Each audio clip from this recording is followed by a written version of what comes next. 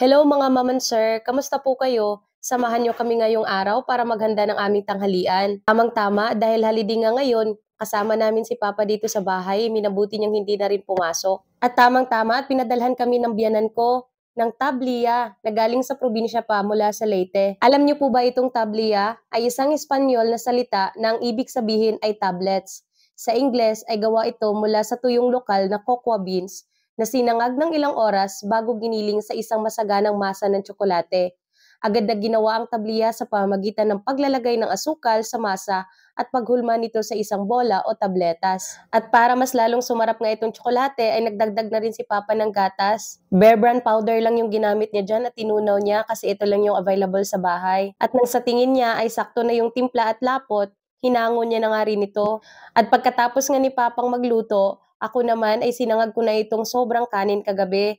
Napadami kasi yung pagluto ko, pagsasaing. Kaya ayan, nilagyan ko lang ng konting magic sarap at syempre hindi mawawala dyan yung oyster sauce. Ito na rin yung nagsilbing asin ko. At hindi pa ako nakontento dahil may isang itlog na kaming natira sa ref, inilagay ko ito para kahit papano ay medyo masustansya. Mas masarap nga sana itong sinangag kung may kunting carrot pa. Pero syempre dahil wala tayo nun, kaya kung anong meron, yun na lang gagamitin natin. Nagluto nga rin ako dito ng tuyo na siyang akma naman ngayong Holy Week. Sa mga mananampalatayang Katoliko na tulad ko, meron nga tayong tinatawag na pag-iwas or abstinence na kung saan umiiwas tayo sa pagkonsumo ng anumang pagkain na mula sa karne ng manok, baka, baboy, at iba pa, maliban lamang sa isda. Pero ano nga ba ang Holy Week o Semana Santa?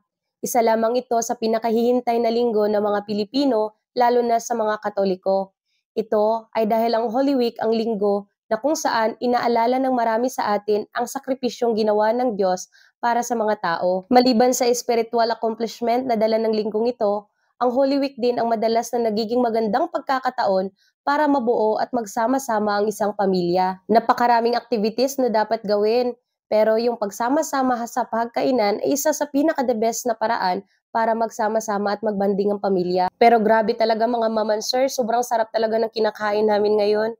Grabe, the best talaga ang tuyo at saka tsokolate. Shout out din sa biyanan ko dyan sa Leyte. Maraming salamat mama at pinadalhan mo kami ng tabliya. Sobrang sarap ng kain namin ngayon. Gutom na nga rin ako dito kasi nag-skip kami ng breakfast at ito na yung tanghalian namin. Kaya sobrang dami rin ang kinain ko dito. At gayon din si Papa, sarap na sarap din siya dahil nga sa tsokolate. Ang sarap na panulak habang kumakain ka ng tuyo at parisan pa ng sinangag. Grabe, worth it talaga yung pagpapadala ni Mama nito galing sa Leyte.